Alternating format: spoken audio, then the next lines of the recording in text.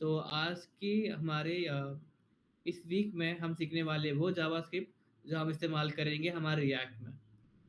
सो जो हमारा सिलेबस जो था उसके हिसाब से देखते हैं। जो मैंने तय किया था कि मैं सिखाऊंगा इस वीक में, तो मैं दिखाता हूँ।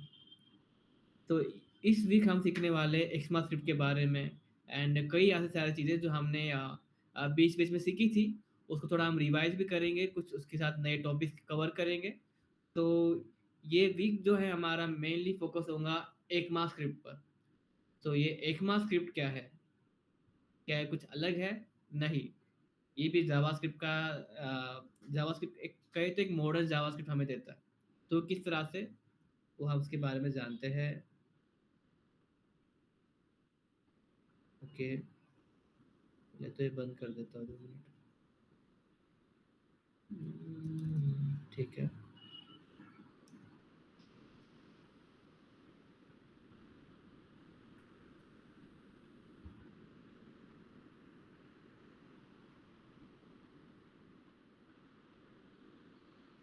ओके, सो एकमास्क्रिप्ट के बारे में थोड़ा मैं बताता हूँ। गूगल ही कर लेंगे, हम थोड़ा ज़्यादा मेहनत नहीं करेंगे सोचने के लिए। ECMAScript, what is ECMAScript? तो यहाँ पे लिखा है standardisation of scripting language including JavaScript, ensuring interoperability and defining the core features and syntax of these languages। अगर सिंपली देखे जाए तो स्टैंडर्डाइजेशन प्रोवाइड करता है। जैसे कि हमने पहली भी चीज़ देखी थी कि JavaScript and J script. JavaScript थी नेटिव अपनी नेटस्केप नेविगेटर की, और इंटरनेट एक्सप्लोरर की थी जे स्क्रिप्ट। तो इसको स्टैंडर्डाइजेशन जो किया गया उस दौरान, तो वो बन गई जावास्क्रिप्ट।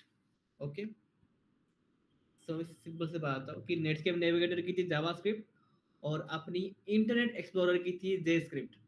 तो जब इन्हें स्टैंडर्डाइज करना था, तो एक लैंग्वेज बनी गई जो था standardisation of scripting language of which language of JavaScript. JavaScript ही थी लेकिन उसे स्टैंडर्डाइजेशन कर दिया, तो उसे कहते हैं ECMAScript। ओके, सो जब 1995 में जो स्टैंडर्डाइजेशन करके जो जावास्क्रिप्ट लॉन्च की गई, उसे ही कहते हैं ECMAScript। ओके, और वो बनी उस टाइम ES1। जैसे कि ECMAScript के ना मैं हिस्ट्री दिखाता हूँ। ECMAScript हिस्ट्री,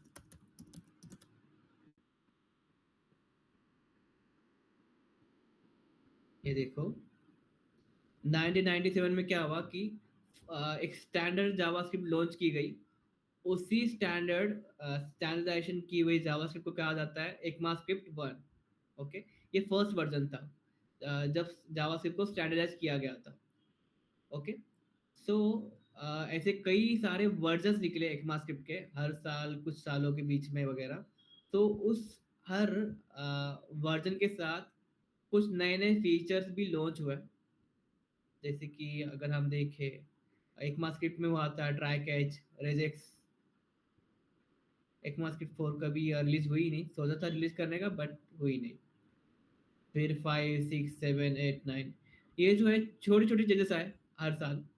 लेकिन एक साल ऐसे आया जहाँ पे बहुत बड़ा चेंज आया, बहुत सारे चेंजेस लेकर आया कई सारे फीचर्स के साथ। और वो था हमारा ECMAScript 16, जो यहाँ पर नहीं है। यहाँ पर होगा,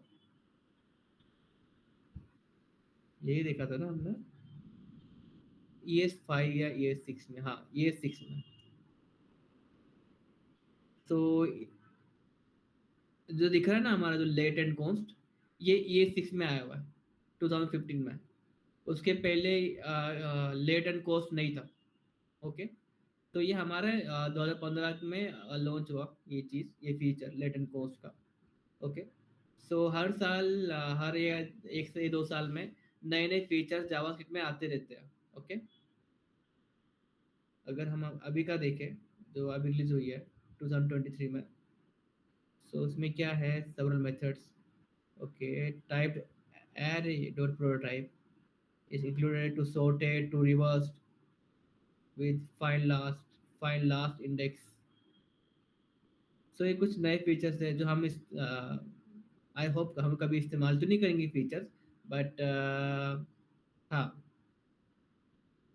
कमेंट के लिए देखो, ऐसे भी आया हुआ है। तो नए नए फीचर्स हर साल आते रहते हैं एक स्क्रिप्ट में। ओके।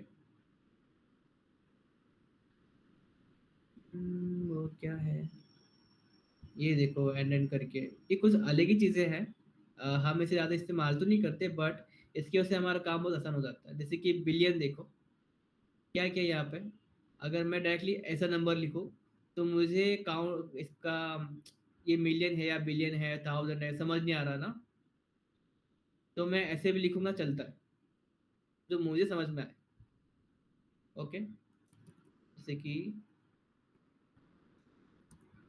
अगर मुझे 1 लाख लिखना है और मैं ऐसे लिख रहा हूँ, क्या ये रीडेबल है? नहीं है, समझ नहीं आ रहा है ना। अगर मैं इस तरह से लिखूँ, हाँ, समझ में आ रहा है कि 1 लाख है। हालांकि एक ये जो है ना चीज़, जावास्क्रिप्ट इग्नोर कर देता है। तो ऐसे कई सारे फीचर्स हमें एक्सपास्क्रिप्ट में देखने मिलेंगे, हम उसके बारे में और भी जानेंगे हमारे इस वीक में। जैसे कि एक पॉलीफिल भी है, हम उसके बारे में भी जानेंगे। तो ठीक है, आज के सेशन के पहले, स्टार्ट करने से पहले, हम वो फंक्शन एंड वो चीज़ों के बारे में जानेंगे जो हमने कवर नहीं किए थे। ओके, सो आज का सेशन अभी हम स्टार्ट कर रहे हैं। सो फर्स्ट जो मैं बताना चाहूँगा वो है हमारा built in functions and objects. Okay. So built in functions हमने देखे थे, जैसे कि अलर्ट, प्रॉम्प्ट, है ना। लेकिन ऐसे कई सारे फंक्शंस हैं, जैसे कि सेट टाइम आउट है and set interval. Okay. And भी और भी जानते हैं, और कुछ है फंक्शन बिल्ट इन जेस फंक्शंस। तो जितना मुझे पता है बहुत हो गया, बट हर इसका हम इस्तेमाल नहीं करते उतना ज़्यादा। बिल्ट इन फंक्शंस,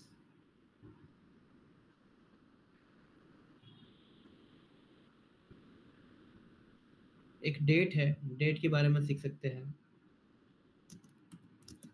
डेट और array and object,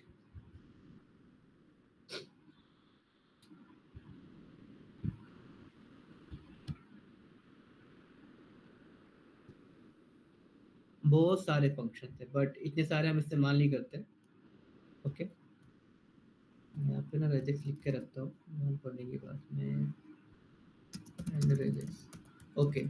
so built in function से हमारा काम आसान हो जाता है, एंड कुछ फीचर्स जो हमें ब्राउज़र के जरिए मिलते हैं, देखिए अलर्ट एंड प्रॉम्प्ट देखा, एंड वैसे ही कुछ बिल्ट इन ऑब्जेक्ट्स भी रहते हैं हमारे पास। तो वो भी हम देखते हैं कि कौन से हैं, और उसमें से जो मेजर है ना, जो हम इस्तेमाल करने वाले हैं हमारे रिएक्ट में, वही हम सीखेंगे।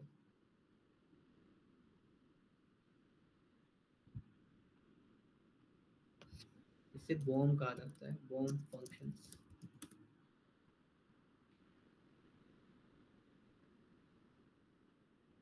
अभी बॉम फंक्शन है क्या? जैसे हमने डोम पढ़ा एंड बॉम। सो डोम के बारे में बताना चाहूँगा फिर से। डोम क्या थी? एक एपीआई थी जो हमारे एचटीएमएल एलिमेंट्स को मॉडिफिकेशन या एक्सेस करने में हमें हेल्प करती है वाया जावास्क्रिप्ट। वैसे ही बॉम क्या है? बॉम भी वैसे ही है, लेकिन बॉम का आ, जो, अगर जैसे कि मैं कहता हूँ कि जावास्क्रिप्ट से हम क्या कर सकते हैं जो एचटीएमएल सीएसएस नहीं कर सकते, हम उससे नहीं कर सकते, है ना। वैसे ही डोम से हम क्या कर सकते हैं, हमारे एचटीएमएल डॉक्यूमेंट के एलिमेंट्स को हम मैनिपुलेट कर सकते हैं, मॉडिफिकेशन कर सकते हैं या एक्सेस कर सकते हैं। एंड इसके अलावा ब्राउज़र में जो भी चीज़ें हैं वो सारी चीज़ें हम करते हैं बॉम से। ब्राउज़र ऑब्जेक्ट मॉडल, तो इसमें क्या क्या फीचर होता है या फिर हम क्या कर सकते हैं, जैसे कि मैं मेरे करंट विंडो की इंफॉर्मेशन ले सकता हूँ, जैसे कि इस विंडो का साइज कितना है, क्या ये विंडो कब ओपन हुआ, या इस विंडो का कोई चाइल्ड विंडो है क्या। जैसे कि एक विंडो है ना, अब मैं लॉगिन पे जाता हूँ, अब मैं इस पर क्लिक कर रहा हूँ, यहाँ पे तो नहीं खुला। अगर मैं ग्रीक्स का देखता हूँ, ग्रीक्स में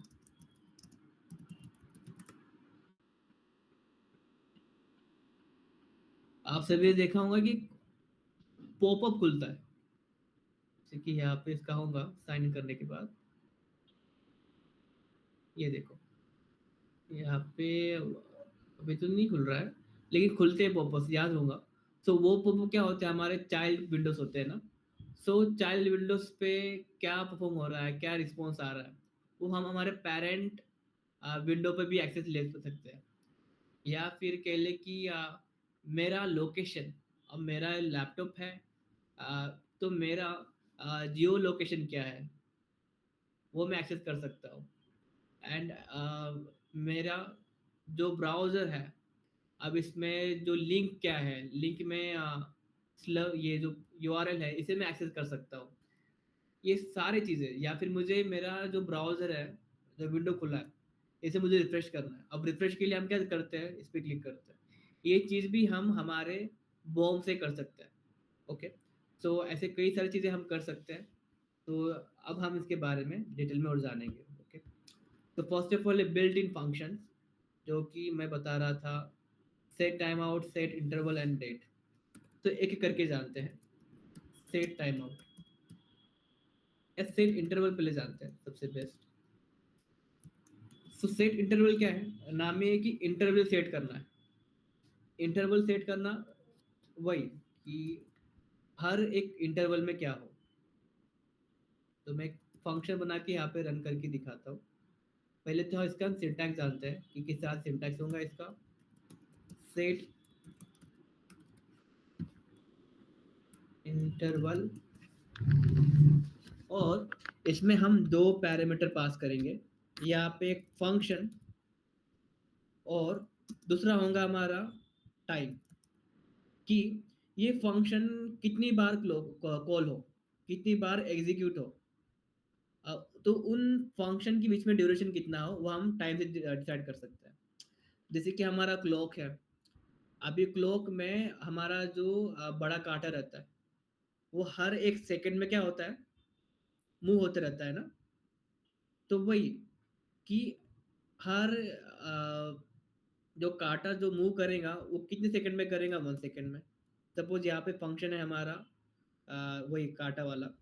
सो वो फंक्शन कितनी बार कॉल होना चाहिए, कितने बार रोटेट होना चाहिए, हम कहेंगे हर 1 सेकंड में ये फंक्शन कॉल होगा, और जो कांटा है वो मूव करेगा। ठीक है, तो इसका सिंटैक्स है। अब इसे थोड़ा प्रैक्टिकली समझते हैं। जैसे कि मैं सेट इंटरवल करता हूँ, और यहाँ पे फंक्शन कॉल करता हूँ।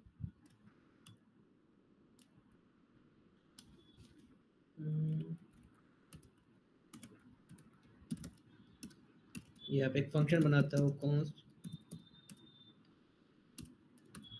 Welcome function console dot log hello team. ठीक है, और इस फंक्शन को मैं कॉल करता हूँ सेट इंटरवल के अंदर, और यहाँ पे मुझे डालना है सेकंड्स। लेकिन सेकंड किस में डालेंगे, हम डालेंगे माइक्रो सेकंड्स में, सॉरी माइक्रो नहीं, मिली सेकंड्स में, मिली सेकंड्स। तो एक सेकंड जो है ना, एक सेकंड इक्वल टू रहता है 1000 मिली सेकंड्स में। ओके, तो हम क्या करेंगे, यहाँ पे 1000 मिली के सेकंड डालेंगे। तो हमारे हर एक सेकंड में ये वेलकम फंक्शन कॉल होगा। ओके, तो देखते हैं किस तरह से काम करता है। ओके, पोर्ट ऑन हो गया। यहाँ पे बंद करता हूँ मैं, यहाँ पे ऑन करता हूँ। ओके, सो दिख रहा है यहाँ पे hello team, hello team, hello team. ये क्या है, जितना प्रिंट हो रहा है ना यहाँ पे वो नज़र आ रहा है। तो इस तरह से हम सेट इंटरवल का इस्तेमाल करते हैं। जब भी हमें कोई फंक्शन हर एक इंटरवल के बाद या हर एक पीरियड के बाद कॉल करना है, तो उसके लिए हम सेट इंटरवल फंक्शन को इस्तेमाल करते हैं। और इसका इस्तेमाल कहाँ होता है, मेनली जैसे कि हमारा, जैसे कि लाइव डेटा जो हम करते हैं ना, कैच करते हैं सर्वर से, तो वहाँ पे भी इसका इस्तेमाल हो सकता है कि हर सेकंड में जानना है डेटा कित क्या आ रहा है वगैरह। एंड ये इस्तेमाल होता है behind the scene, set time out and set interval. Okay, so इसका एग्जांपल अगर इस यूज केस का हो तो लाइव डेटा फेचिंग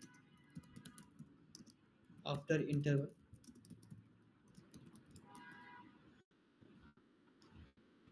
जैसे कि सपोज कोई ऐसे गेम रहते हैं ना, जो हम चाहते हैं कि चाहे चेस मान लो, जब तक मेरा सामने वाला प्लेयर खेल रहा है मेरे साथ, तो तब तक हर इंटरवल में मुझे डेटा आते रहना चाहिए कि उसने कौन सा मूव खेला, और मेरा जो डेटा है उसको हर एक एक या 2 सेकंड में डेटा जाना चाहिए कि मैंने क्या मूव खेला है। तो ये जो रियल टाइम जो चीज़ होती है ना, हम देखते हैं, तो उसमें भी सेट इंटरवल का महत्व होता है। ओके,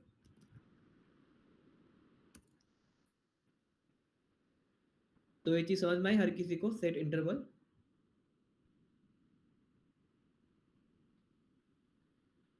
एंड बाकियों को?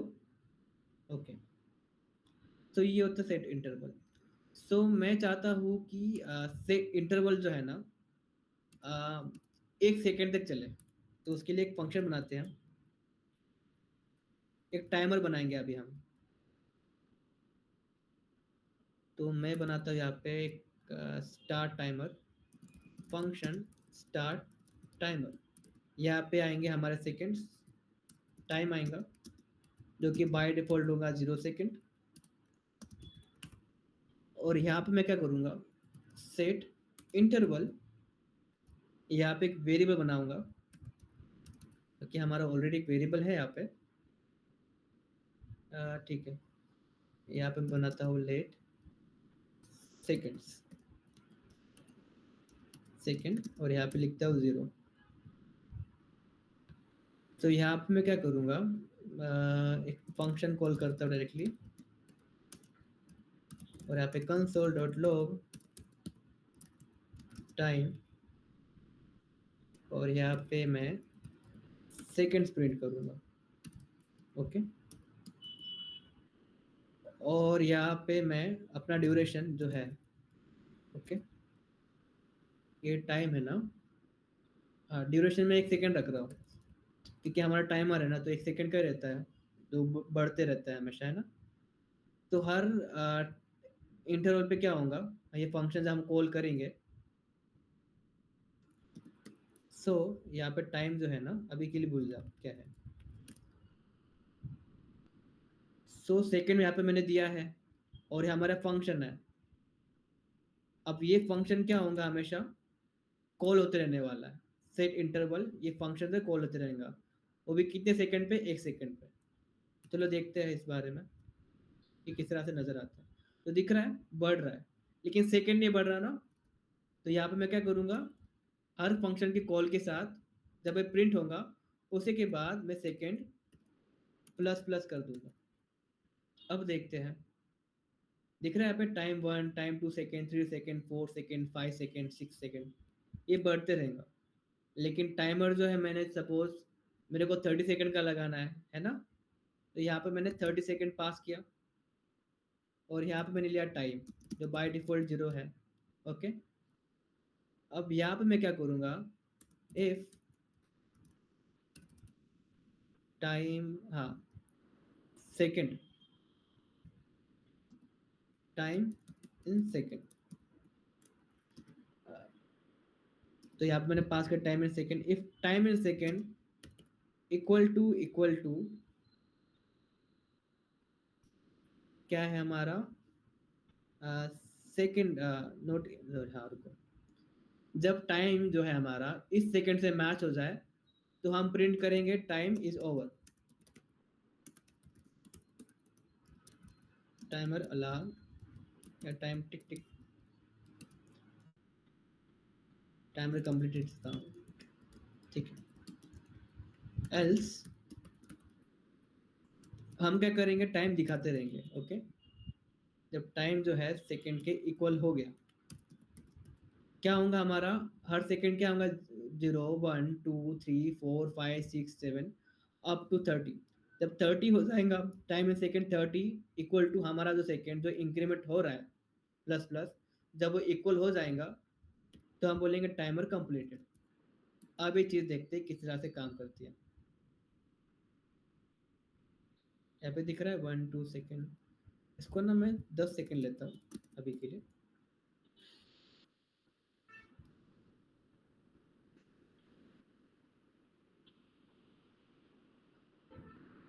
दिख रहा है? अच्छा 10 आया, टाइमर कंप्लीटेड। अब ये जो है ना यार, ये बढ़ते ही रह रहा है ना, प्रिंट हो रहा है हर 1 सेकंड पे। अभी जो हमारा मोबाइल का टाइमर इस तरह से काम नहीं करता, तो इस चीज़ को हम किस तरह से हैंडल कर सकते हैं? तो उसके लिए हम क्या कर सकते हैं, जो ये फंक्शन है इसे हम स्टोर करेंगे, timer equal to set interval. Okay. और जब टाइमर कंप्लीट हो गया, तो यहाँ पे फंक्शन हमें मिलता है क्लियर इंटरवल। ये भी एक बिल्ट इन फंक्शन है। इसमें हम टाइमर डाल देंगे कि ये जो टाइमर है इसको क्लियर कर दो, ये इंटरवल जो चल रहा था ना, इसे क्लियर कर दो। तो हमने क्या किया, एक टाइमर वेरिएबल को ये फंक्शन असाइन किया, और जैसे ही हमारा टाइम पहुंच गया हमारे जो ये हुए टाइम पर, तो वहाँ पे हमने क्या किया, टाइमर कंप्लीटेड, और इस टाइमर को ख़त्म कर दिया, क्लियर इंटरवल कर दिया। अब देखते हैं, 1 2 3 4 5 6 7 8 9 10। अब देखा, अब कोई भी प्रिंट नहीं हुआ। ओके। सो ये हमारा मैं प्रोजेक्ट भी दूंगा जहाँ पे आपको यही चीज़ यूआई में दिखानी है। तो वो एज ए प्रोजेक्ट होगा हमारा, असाइनमेंट होगा हमारा। ओके। सो ये टाइमर, सो इस तरह से टाइमर का इस्तेमाल हम कर सकते हैं। इसमें किसी को कोई डाउट है? हिना, फैजान एंड माइक,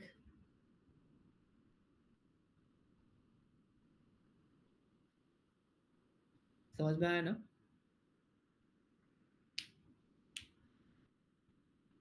एक बार फिर से। सो ओके, डाउट इसी में आया ना, क्लियर इंटरवल में, फैजान? ओके।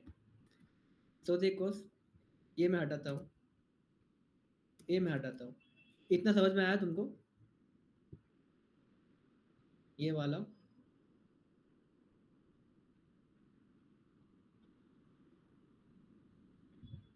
ठीक है। तो अभी हमने क्या किया, ये जो फंक्शन था कॉल हो रहा था, जैसे कि हमने जाना कि दो तरीके के फंक्शन हम देखते हैं, वो प्रोसेस करते हैं, वो इनपुट लेते हैं और प्रोसेस करते हैं। लेकिन दूसरे फंक्शन क्या होते हैं, वो इनपुट लेते हैं, प्रोसेस करते हैं और कुछ आउटपुट थ्रो करते हैं। तो सेट इंटरवल भी वैसे ही फंक्शन है, वो इनपुट लेता है, प्रोसेस करता है, लेकिन वो हमें रिटर्न में दे भी देता है कुछ। तो वो देता है हमें टाइमर। ओके। टाइमर। अब ये टाइमर का, अगर मैं इसे प्रिंट करके दिखाऊं कि किस तरह से नजर आता है, तो और भी क्लियर हो जाएगा। देखो,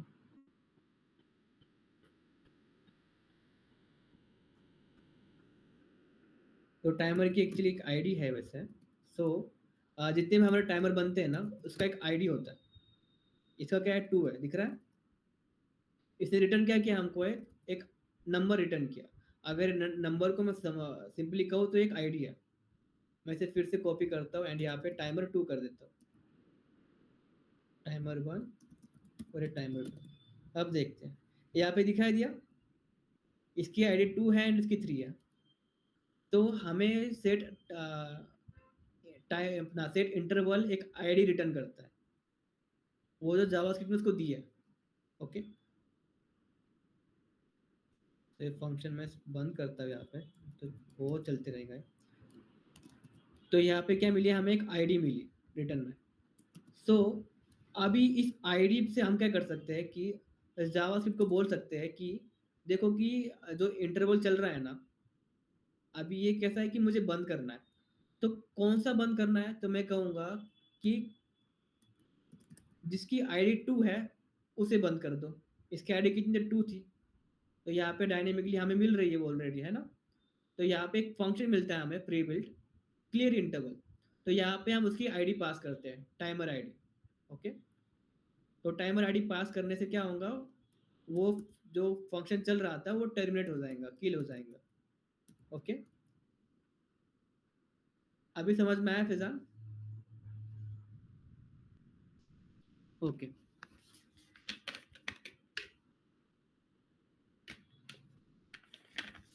सो ये चीज़ हम इस्तेमाल करने वाले हैं रिएक्ट में। एंड सेकेंड जो है, जो मैंने बहुत पहले बहुत इस्तेमाल किया करता था मैं, जब मैं एनिमेशन सीख रहा था एंड इम्प्लीमेंट करता था, वो है सेट टाइम आउट। इसका सिंटैक्स सिमिलर ही है, सेट टाइम आउट। यहाँ पे फंक्शन होगा हमारा और यहाँ पे सेकेंड्स होंगे। तो ये इसमें और इसमें फ़र्क क्या है बोलता हूँ मैं, सेट टाइम आउट। अब बना के ही दिखाता हूँ मैं कि क्या होता है इससे। सेट टाइम आउट, यहाँ पे मैं लिखता हूँ फंक्शन और यहाँ पे कॉल करता हूँ मैं हेलो फैजान।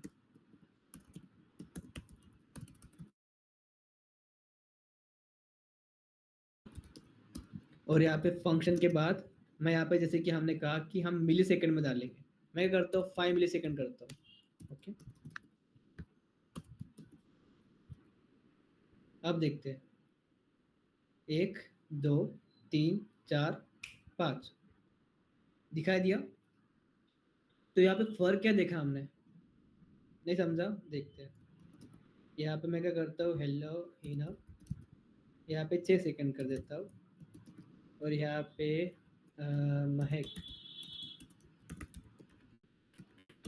10 सेकंड करता हूँ। अब देखते हैं, 1 2 3 4 5 6 7 8 9 10। तो यहाँ पे देखा क्या हुआ इससे, कि ये साइड टाइम आउट क्या करता है, जो भी फंक्शन में से पास करते हैं तो वो फंक्शन कॉल कब होगा, इतने सेकंड बाद। ओके, तो ये इसकी खासियत है सेट टाइम आउट की, यही इसका फीचर है।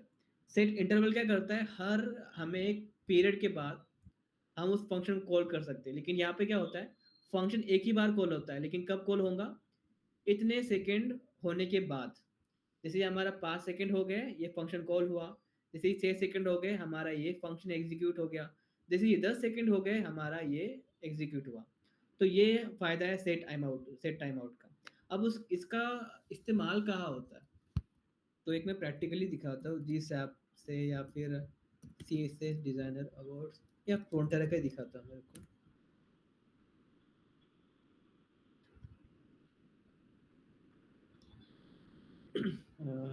पोर्टफोलियो।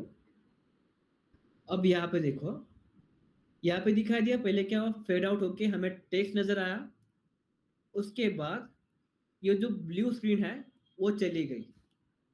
ओके, तो इसका कोड अगर मैं सिंपली कहूँ कि क्या क्या है, इसमें जो भी लाइब्रेरी इस्तेमाल की होंगी, लेकिन वो बिहाइंड कर क्या रही है, फर्स्ट सेट टाइम आउट में उसमें वो क्या कर रहे हैं, ओपेसिटी 0 to 1, जो टेक्स्ट था ना, जैसे कि मैं दिखाता हूँ यहाँ पे, दिख रहा है यहाँ पे 0 to 1 की ओपेसिटी। और सेकेंड सेट टाइम आउट में क्या किया, जो हमारा ये था ब्लू स्क्रीन थी, ब्लू स्क्रीन ओपेसिटी 1 to 0 कर दी, है ना। देखो 0 to 1, फिर ब्लू स्क्रीन क्या करा, 1 to 0 किया ओपेसिटी। ओपेसिटी क्या होता है पता है ना, या दिखाता हूँ, opacity C S S, opacity कहे तो ट्रांसपेरेंसी रहती है, ये दिख रहा है यहाँ पे। बाय डिफॉल्ट हमारी ट्रांसपेरेंसी 1 रहती है, अगर हमें ट्रांसपेरेंट करना है तो 0.5 0.2। ओके, तो वही किया है यहाँ पे।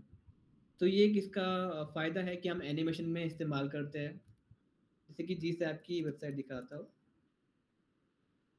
ये एक लाइब्रेरी है, लेकिन बिहाइंड द सीन पूरा सेट टाइम आउट पे, set time out set interval इस पे ज़्यादा चलती है, एंड एक प्रोमिस होता है। अब ये दिख रहा है यहाँ पे कि ये एलिमेंट के बाद ये कॉल होगा, इसके बाद ये कॉल होगा, उसके बाद ये कॉल होगा।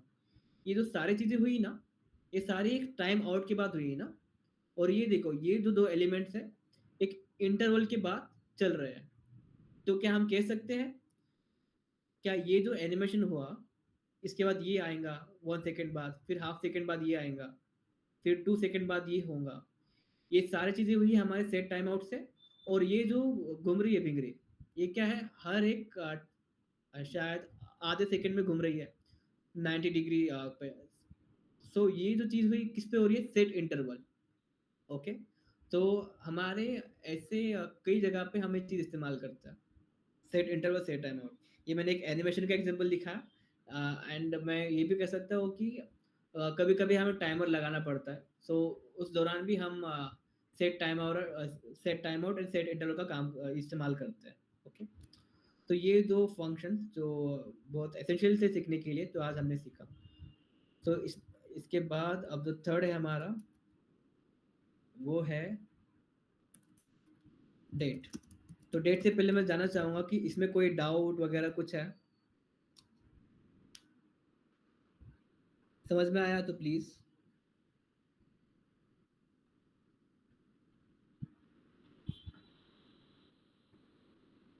महक, आपको समझ में आया? फैजान एंड हिना,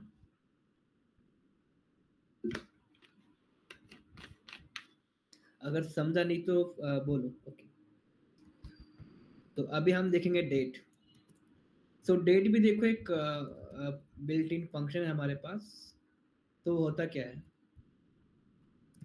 डेट मैंने कॉल किया, दिख रहा है एक फंक्शन कॉल किया, तो उसने मुझे क्या किया दिया, आज का डे, मंथ, डेट, जो आज का डे है वो, फिर साल हो गया, फिर आज का टाइम, पीरियड, टाइम जोन कौन सा है, वो सारे डिटेल दे दिया। अगर मैं डेट में यहाँ पे फंक्शन में पास कर दूँ कि मुझे ना सिर्फ डेट चाहिए, डे या मंथ, ये चीज़ कैसे करते हैं, 2 मिनट में देखता हूँ। Date, chat GPT, I want to gate,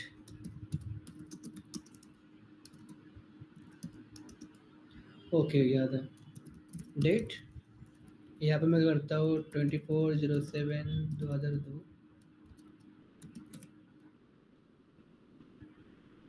यहाँ पे काम किया, इसमें नहीं किया, ठीक है। वैसे हम ज़्यादा इस्तेमाल नहीं करते फंक्शन, क्योंकि इसकी जगह एक लाइब्रेरी होती है, बट मैं ये बताना चाहता हूँ। तो देखो यहाँ पे डेट है, let, date equal to date. अब डेट के बारे में हम देखते हैं। तो यहाँ पे दिखा दिया हमें डेट मिल गई। ओके, लेकिन जैसे हमने जाना था कि कुछ रैपर वगैरह होता है ना, जो हमें कुछ मेथड्स एंड प्रॉपर्टी प्रोवाइड करता है। तो उसके लिए हम क्या कर सकते हैं, date equal to new date. अब ये चीज़ क्या है न्यू, इसके बारे में अगर मैं सिंपली कहूँ, तो अब क्या होगा, अगर मैं सिंपली कहूँ तो डेट जो है एक क्लास है, एक ब्लूप्रिंट है। जब मैं न्यू फंक्शन का इस्तेमाल करता हूँ, तो अब क्या होगा, इस डेट का जो है ना, इसका एक क्लोन बन जाएगा। अब इस क्लोन के बारे में देखता हूँ। अब यहाँ पे दिख रहा है मुझे, मैंने जैसे ही इसका क्लोन बना के ले लिया, तो मुझे अब इसके मेथड्स एंड प्रॉपर्टीज मिल गए। जैसे कि अगर मुझे इसमें से डेट लेना है, तो डॉट गेट दिखा है यहाँ पे, आज की डेट कितनी है, 7 है, 7 आ गई। या फिर गेट मंथ करना है, दिख रहा है मंथ, ये मंथ कितना कम क्यों है, यही चल रहा है क्या, नहीं रे, जनवरी, फरवरी, मार्च, अप्रैल। ओके, ये +1 करना पड़ता होगा इसीलिए, ठीक है। या फिर गेट ईयर करना है,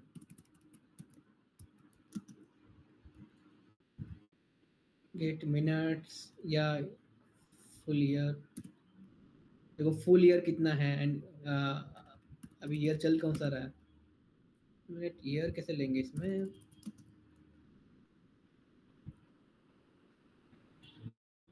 हाँ गेट ईयर 126 आ रहा है, इसको कन्वर्ट करने का होता रहेगा, देखते हैं। ओके ओके, मैंने यहाँ पे +1 किया है ना, ठीक है।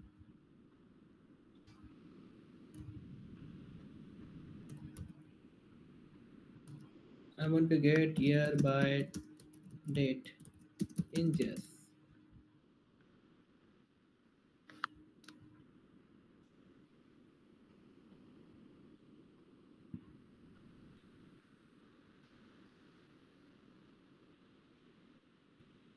अच्छा, गेट फुल ईयर ही आता है, लेकिन करंट ईयर की, अच्छा, ओके, करंट ईयर की रहता है ना हमारा, current year, current year, get full year, देखते प्रिंट करते हैं यहाँ पे।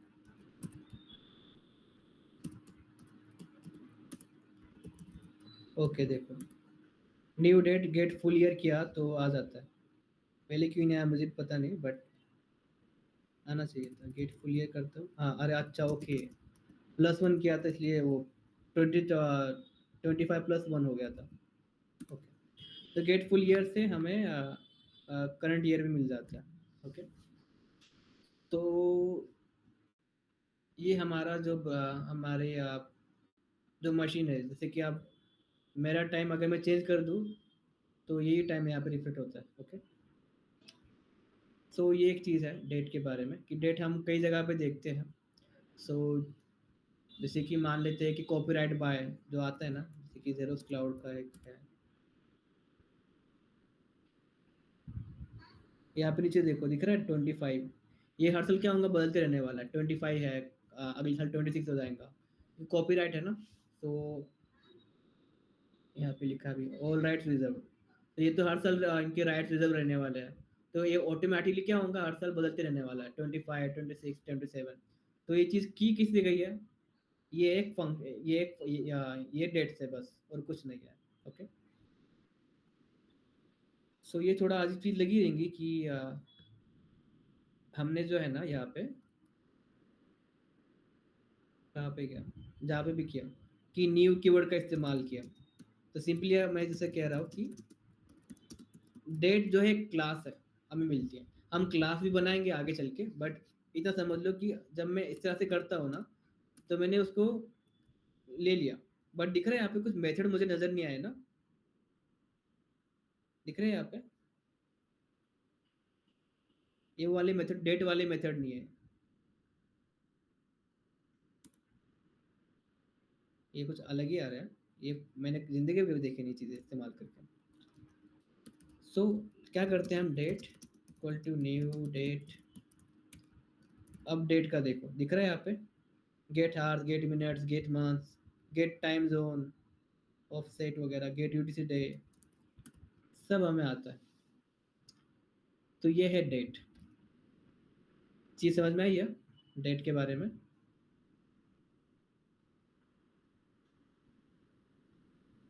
या नहीं?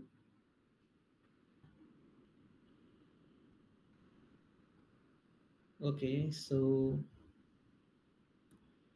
ये हमारा डेट था, यहाँ पे मैं लिख के रखता हूँ लेट डेट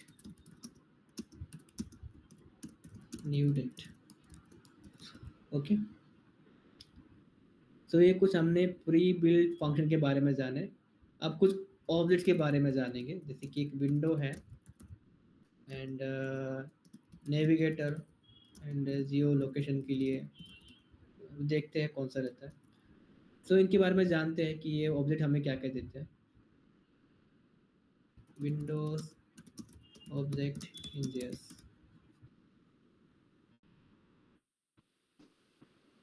अगर मैं सिंपली कहूँ जो भी विंडो है करंट, तो उस विंडो के रिलेटेड जितने भी डेटा हमारे ब्राउज़र में स्टोर हो रही है, जैसे कि ये टाइटल हो गया, ये स्लग हो गया, या ये कब खुला हुआ है, ये सारी चीज़ें। और यही चीज़ें जो है विंडोज़ जो है ना हमें बिल्ट इन फंक्शन प्रोवाइड करता है। जैसे कि अलर्ट फंक्शन है, ये भी हमने हमको विंडो ने प्रोवाइड किया हुआ है। ये जो अलर्ट फंक्शन है ना, ये जावास्क्रिप्ट का पार्ट नहीं है। ओके, ये जो है हमें ब्राउज़र से मिलता है। ओके, ब्राउज़र के कुछ बिल्ट इन फंक्शन हमें मिलते हैं, उसमें से एक है अलर्ट, जैसे कि console.log। ये भी क्या है, जावास्क्रिप्ट का ये हाँ, ये भी क्या है हमारे, इसका ही पार्ट है ब्राउज़र का। ये ब्राउज़र की फंक्शंस है। तो ये फंक्शन को क्या कहा जाता है, हम बॉम, ब्राउज़र ऑब्जेक्ट मॉडल, वही रहता है ना, बॉम फुल फॉर्म, इंजेस browser object model. Okay, so इतने सारे फंक्शन देखे ना हमने अब तक, जो बिल्ट इन फंक्शन थे, सेट इंटरवल, सेट टाइम वगैरह, ये सारे हमें ब्राउज़र के ज़रिए मिलता है, ये अपने ओके। तो वो कौन प्रोवाइड करता है? हमारा विंडो। जो इस विंडो पे चलेगा वो इस विंडो पे चलने तो वाला नहीं है ना, दोनों के अलग-अलग रहेंगे।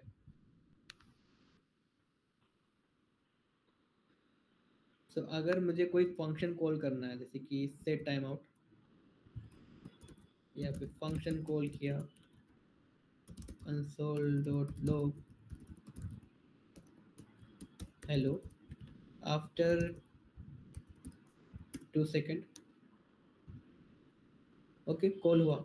या फिर इसको मैं ऐसे भी कर सकता हूँ, मैं यहाँ पे विंडो लिखता हूँ, सेम ही मतलब है।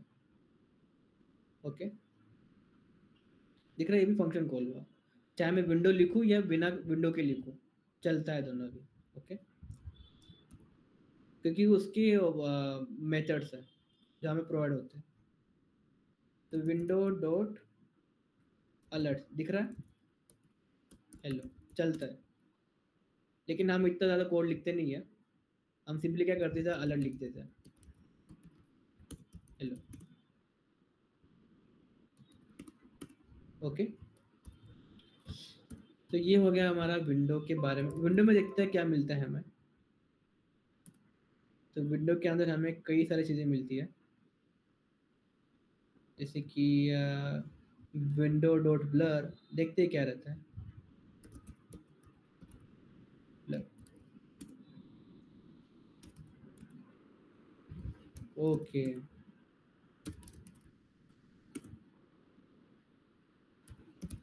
मैं दिखाता हूँ इससे होता है कि इसमें एक फंक्शन पास करना होता है हमें। यहाँ पे मैंने फंक्शन पास किया console.log,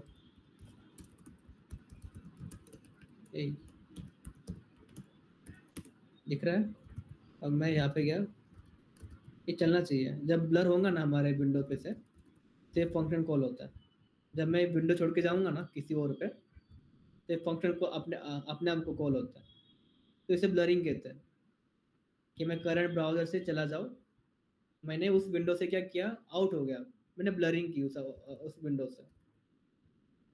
अभी कॉल किस तरह से करते हैं देखते हैं, मैंने कभी किया नहीं है ऐसे इस तरह से, और करते भी नहीं हैं, लेकिन मैं थोड़ा बहुत बेसिक बता रहा हूँ कि ये भी चीज़ें हैं। Not recommended, okay. अब देखते हैं, रिफ्रेश किया,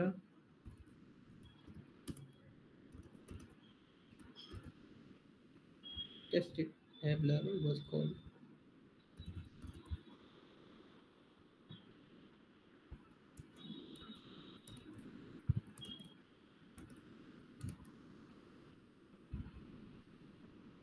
ओके, ब्लर नहीं हो, फंक्शन कॉल नहीं हो रहा है। जब मैं विंडो पे जाके फिर से इस पे आऊँ ना, तो फंक्शन कॉल होना चाहिए। इसको ना मैं यहाँ से कॉल करके देखता हूँ चलता है क्या।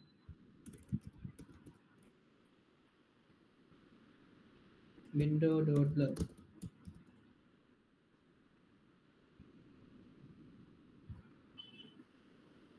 ओके, उसके लिए इवेंट्स रहते हैं, उस पे हम करते हैं। ओके, इस पे भी नहीं हो रहा है।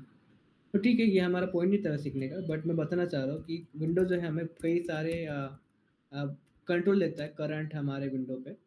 कि जैसे कि मैंने कहा कि जब मैं ये विंडो पे एग्जिट करता हूँ, तो कुछ फंक्शन कॉल हो, उसके लिए हम ब्लर का इस्तेमाल करते हैं। एंड यहाँ पे कई सारे हैं, एक विंडो डॉट कन्फर्म है, वही दिखाता हूँ मैं। विंडो डॉट कन्फर्म दिख रहा है, कभी कभी आता है ना, आर यू श्योर, दिख रहा है, ये विंडो डॉट कन्फर्म। और यहाँ पे से रिटर्न में कुछ भेजा, ट्रू फॉल्स। ये चीज़ हमारा क्या बोलते हैं, अलर्ट नहीं भेजता है हमें। अगर मैं यहाँ पे आर यू श्योर भी करता हूँ ना, देखो इसने रिटर्न में कुछ भेजा ही नहीं मुझे, दिख रहा है यहाँ पे रिटर्न में अनडिफाइंड आया हुआ है। लेकिन विंडो डॉट कन्फर्म में क्या कर रहा है, ट्रू फॉल्स भेज रहा है। अगर मैं इसे फिर से कॉल करता हूँ और यहाँ पे कैंसिल करता हूँ, तो क्या आया, फॉल्स आया। ओके, और भी देखते हैं क्या क्या चीज़ें हम देख सकते हैं विंडो में, बहुत सारे। इवन जो अभी हमारा विंडो की विड्थ एंड हाइट है ना, वो भी हम ले सकते हैं।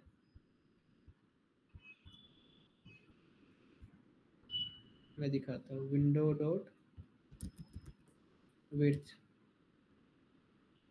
इनर विड्थ दिख रहा है यहाँ पे 276 है, जो विड्थ है ना 276 है। अब मैंने बढ़ा दी, दिख रहा है 736। तो इसका इस्तेमाल कहाँ पे होता है मैं बोलता हूँ, जब भी हमारे देखो अब CSS से हम क्या करते हैं, मीडिया क्वेरी हर किसी को पता है ना, मैं कैंडिना,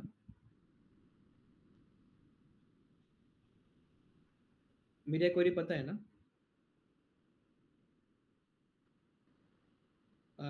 मैं एक मीडिया क्वेरी सिखाया था क्या? ओके, नहीं सिखाया था। तो मीडिया क्वेरी सिंपली क्या बोलता हूँ मैं कि रिस्पॉन्सिवनेस के लिए हम इस्तेमाल करते हैं इन CSS कि जैसे कि ये वेबसाइट पकड़ लो, अब ये वेबसाइट किस तरह से नज़र आ रही है मुझे यहाँ पे। अब मैं इसी को क्या करता हूँ, मोबाइल व्यू में करता हूँ। तो जिस तरह से मुझे मोबाइल व्यू में नज़र आ रही है, क्या उसी उसी तरीके से मुझे ब्राउज़र में नज़र आई वेबसाइट अपने यहाँ डेस्कटॉप में नज़र आ रही है? नहीं, है ना? तो इसे क्या कहते हैं हम कि हमारी वेबसाइट रिस्पॉन्स करे अलग अलग विड्थ एंड हाइट पर, अलग अलग रेजोल्यूशन पे, अलग अलग स्क्रीन पे। अब ये स्क्रीन कैसी है, हमारी विड्थ ज़्यादा है हाइट कम है, तो मैंने चाहा कि ये जो है ना यहाँ पे लेफ्ट नज़र आए और यहाँ पे ये इमेज नज़र आए। लेकिन जैसे हम मोबाइल में वेबसाइट खोलते हैं तो क्या होता है, ये इमेज टॉप पे आ जाती है और ये जो कंटेंट है ये नीचे आ जाता है। तो ये क्या किया हमने, रिस्पॉन्सिव किया हमारे वेबसाइट को। अगर हम W3 स्कूल की वेबसाइट को देखें, दिख रहा है? अगर इससे ना मैं यहाँ पे करता हूँ, जो आप आजकल एंड्रॉयड वॉच आ रही है ना उसके साइज का करता हूँ 396, तो दिख रहा है यहाँ पे स्कोर में किया मैंने। लेकिन ये वेबसाइट फट गई क्या, क्या कुछ खराब दिख रहा है? नहीं। अब जैसे ही मैं यहाँ पे ना, दिख रहा है साइज बढ़ा रहा है, जैसे साइज बढ़ गई तो वैसे वैसे ही सारे एलिमेंट्स मूव हो रहे हैं अपने हिसाब से और खुद को करेक्ट कर रहे हैं। ये क्या कर रहे हैं, रिस्पॉन्स कर रही है हमारी वेबसाइट। तो ये रहता है CSS मीडिया क्वेरी। इसके लिए मैं ना कुछ ट्यूटोरियल देखता हूँ, वो मैं शेयर करता हूँ। एंड ये बहुत आम चीज़ है जो हम यूज़ करते हैं। क्या कोई CSS media query.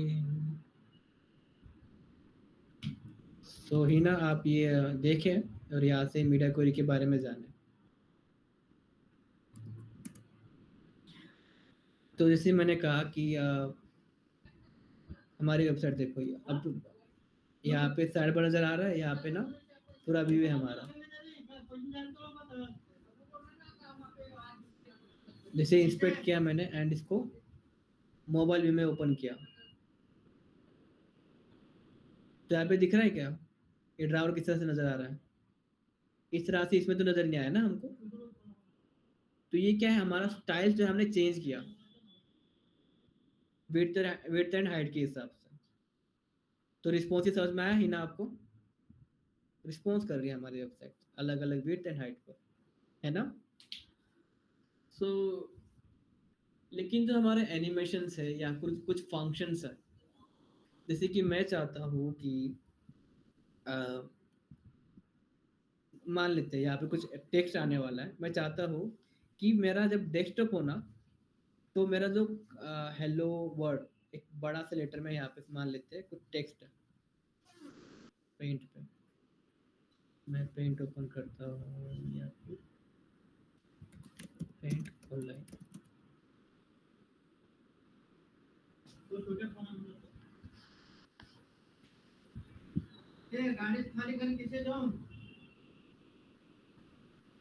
Lol hello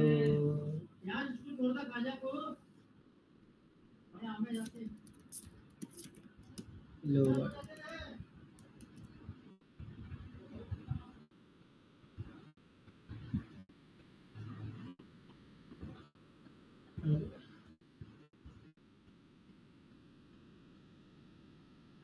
तो सपोज कि दो वर्ड्स है, मैं चाहता हूँ कि जब ये वेबसाइट हमारा इसमें हो, किसमें, लैपटॉप में या डेस्कटॉप व्यू में, तो मैं चाहता हूँ कि हेलो वर्ड जो है ना वो नीचे से ऊपर आए, ठीक है? लेकिन क्या मोबाइल वे में अच्छा लगेगा?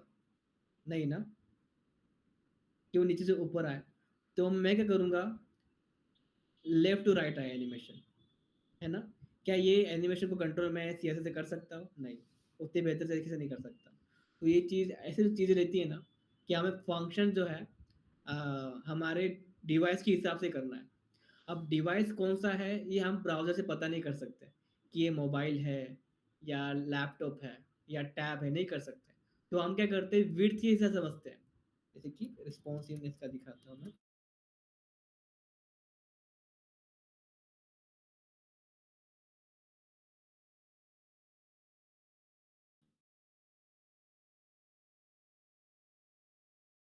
इसको सपोज़ कि विड्थ जो है ना हमारी, अगर 500 से लेस है, तो हम कंसीडर करते हैं कि हाँ, ये जो हमारे सामने जो डिवाइस है, वो हमारा फ़ोन है। जैसे कि यहाँ पे देखो, अगर हमारा जो डिवाइस है, अगर उसका साइज़ जो है 480 से ज़्यादा है और 920 पिक्सल से कम है, तो हम क्या बोलेंगे, वो हाँ, हो सकता है वो लैपटॉप हो। या फिर 920 पिक्सल से ज़्यादा हो, तो हम कंसीडर करेंगे वो हमारा डेस्कटॉप है या बड़ी सी एक स्क्रीन है। ओके, तो ये रहता है मीडिया क्वेरी। तो इस तरह के फंक्शन हमें इस्तेमाल करने होते हैं, तो हमें ये बहुत काम में आती चीज़ें, window dot inner width responsiveness के लिए। ओके, तो एक विंडो एक हो गया, एंड नेविगेटर, नेविगेशन रहता है या नेविगेटर।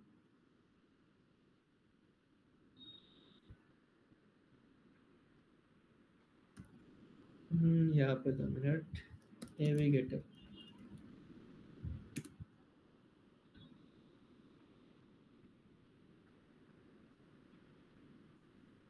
यहाँ पे देखो नेविगेटर पे क्या है, जियो लोकेशन। मैं ये देखता हूँ नेविगेटर।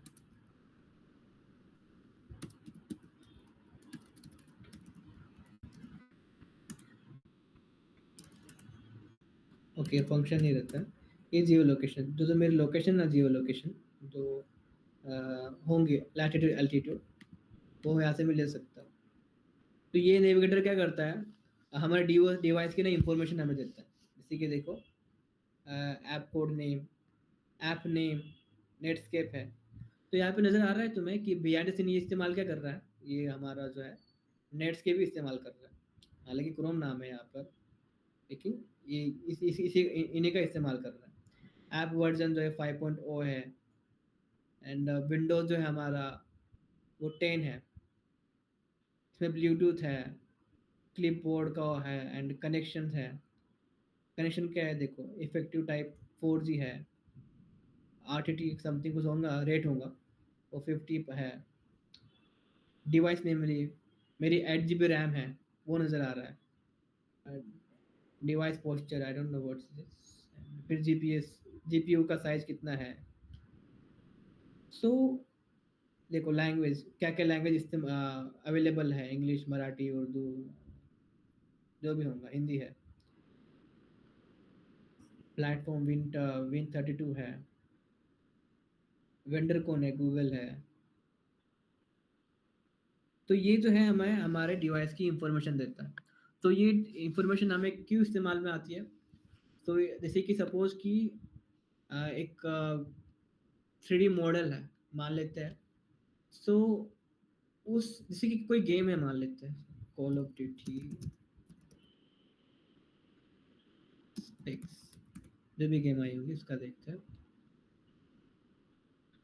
तो मॉडर्न वॉरफेयर जो कॉल ऑफ ड्यूटी की गेम थी, अगर मुझे वो खेलनी है, तो रिक्वायरमेंट क्या है, रैम 8 GB रहना चाहिए। तो सपोज कि मैं इसे डाउनलोड कर रहा हूँ, इस गेम को जो है ना मैं डाउनलोड कर रहा हूँ, तो मुझे सामने एक पॉपअप आएगा कि तुम्हारा जो रैम है ना वो 8 GB से कम है। Are you sure? ओके, तो ये जो चीज़ें हैं ना, ये मेरे डिवाइस के बारे में कैसे पता चली, विद यूजिंग नेविगेटर। या फिर सपोज कि अ, अब मेरा जो लैपटॉप है, ये इसमें 8 GB रैम है, एंड जीपीयू थोड़ा बहुत है। अगर सपोज मैं मान लेता हूँ मेरे पास ना 2005 का लैपटॉप है, और मैंने ये जो वेबसाइट है ना, मैं ये दोनों के अंदर रन कर रहा हूँ। क्या वो 4 GB रैम वाली जो पुराना लैपटॉप है, क्या वो सपोर्ट कर पाएगा? नहीं कर पाएगा। पुराना है एंड रैम कम है, और ये एनिमेशन बहुत ज़्यादा है। तो जितनी ज़्यादा रैम उतना ज़्यादा परफॉर्मेंस रहता है। एक वन ऑफ द रीज़न रहता है कि रैम जितनी अच्छी होंगी, परफॉर्मेंस भी अच्छा रहता है। वन ऑफ द रीज़न, कई सारे फैक्टर्स होते हैं, उसमें से एक रैम का है। तो अगर रैम कम है तो परफॉर्मेंस क्या होगा? बेहतर नहीं होगा। जिस तरीके से इसमें स्मूथली एनिमेशन चल रही है, इस तरीके से स्मूथली एनिमेशन वो 4 GB या 2 GB रैम लैपटॉप में नहीं चलेंगे। तो हम क्या करेंगे एज अ डेवलपर, हमें क्या करेंगे, इफ एल्स लगाएंगे। अगर if navigator dot memory is equal to और ग्रेटर देन 8 GB, तो एनिमेशन रन करवाओ, एल्स एनिमेशन रन मत करवाओ, प्लेन रखो वेबसाइट को। तो ऐसे टाइम पर हमें नेविगेटर का इस्तेमाल होता है, या फिर जियो लोकेशन, जो कि आजकल हम बहुत इस्तेमाल देखते हैं हर जगह पे। How to use location in this, यही था। ओके, तो इससे देखते हैं फंक्शन है। तो देखो, एक नेविगेटर है, फिर वो एक हमें ऑब्जेक्ट देता है जियो लोकेशन, और उसका एक मेथड है गेट करंट पोजीशन। इसे हम रन करके देखते हैं हमारे इसमें, कहाँ पे हमारा, ठीक है, लोकल 5173। ये बंद हो गया क्या अपना? अच्छा, बात,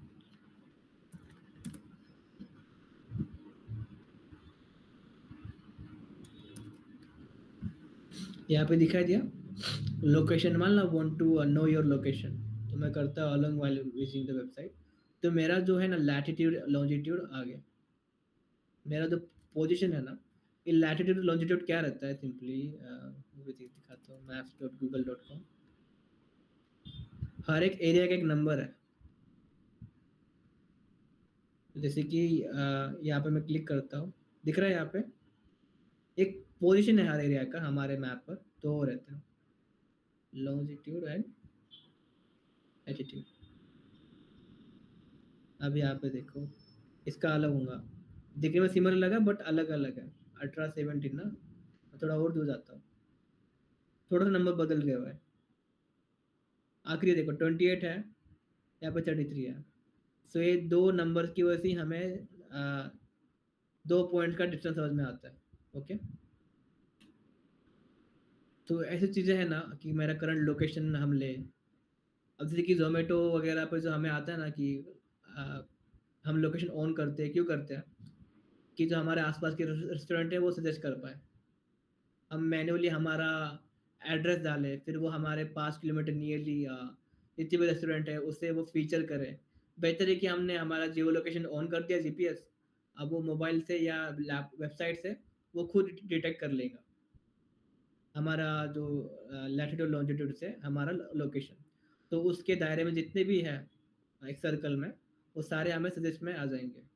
ओके, तो ये बहुत इम्पोर्टेंट थे जो मैंने दिखाया। ऐसे कई सारे हैं बट ये एसेंशियल है कि हम इसके बारे में हमें पता रहना चाहिए। सो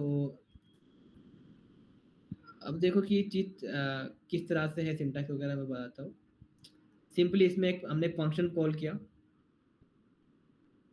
इस फंक्शन में हमें क्या मिला पोजीशन में, co dot latitude and longitude.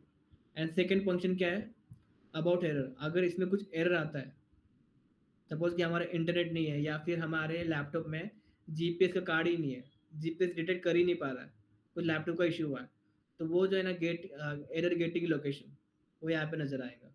Okay, तो ये कुछ फंक्शंस है, हम इसके ऊपर मैं कुछ असाइनमेंट दूंगा, तो थोड़ी बहुत आप प्रैक्टिस कर लोगे। एंड और एक है विंडो में, मैं दिखाता हूँ, वो है window dot refresh.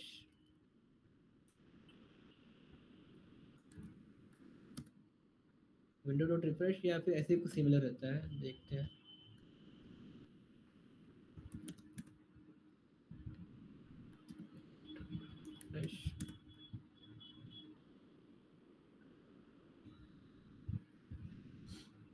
Okay, window dot location dot loader, इसे मैं इस्तेमाल करके देखता हूँ।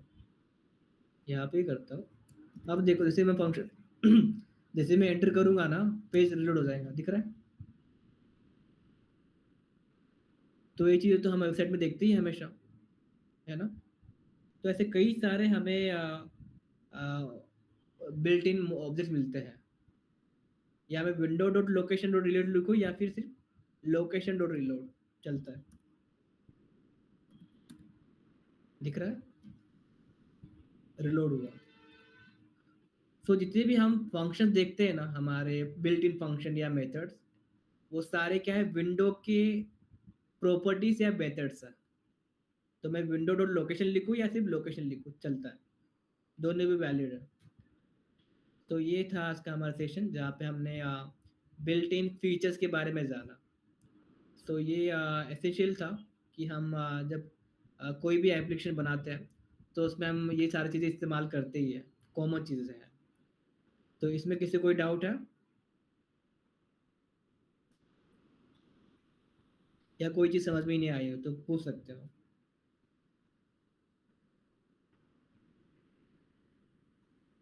हिना एंड महक।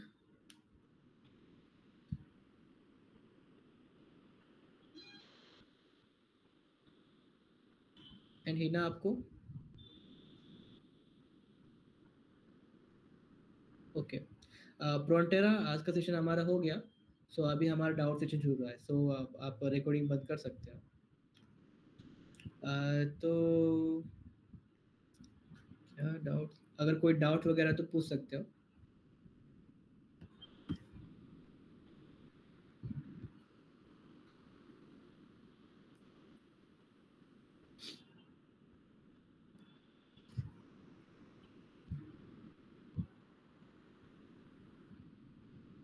सो कल से मैं पीपीटी तैयार करूँगा, थोड़ा इंटरेस्टिंग लगे, क्योंकि बिना पीपीटी के कुछ एनिमेशन नहीं हो रहा है तो सेशन बोर लगता है। ऐसा मेरा, मुझे लगता है कि हाँ, बोर होता है। तो थोड़ा हम इंटरेक्टिव करेंगे कल से सेशंस और भी। एंड उसमें हम जितने भी एएस के कॉन्सेप्ट्स हैं, एक मॉडर्न जावास्क्रिप्ट के बारे में हम जानेंगे। एंड ECMAScript का मैं और डिटेल में बताऊंगा पीपीटी के साथ, तो उससे और भी ज़्यादा इंफॉर्मेशन मिलेंगी। ओके। तो ये वीक हमें हमारा वही गोल है कि हम वो जावास्क्रिप्ट सीखें जो हम इस्तेमाल करने वाले हैं हमारे रिएक्ट में। तो कितने दिन है हमारे पास? 4 दिन है।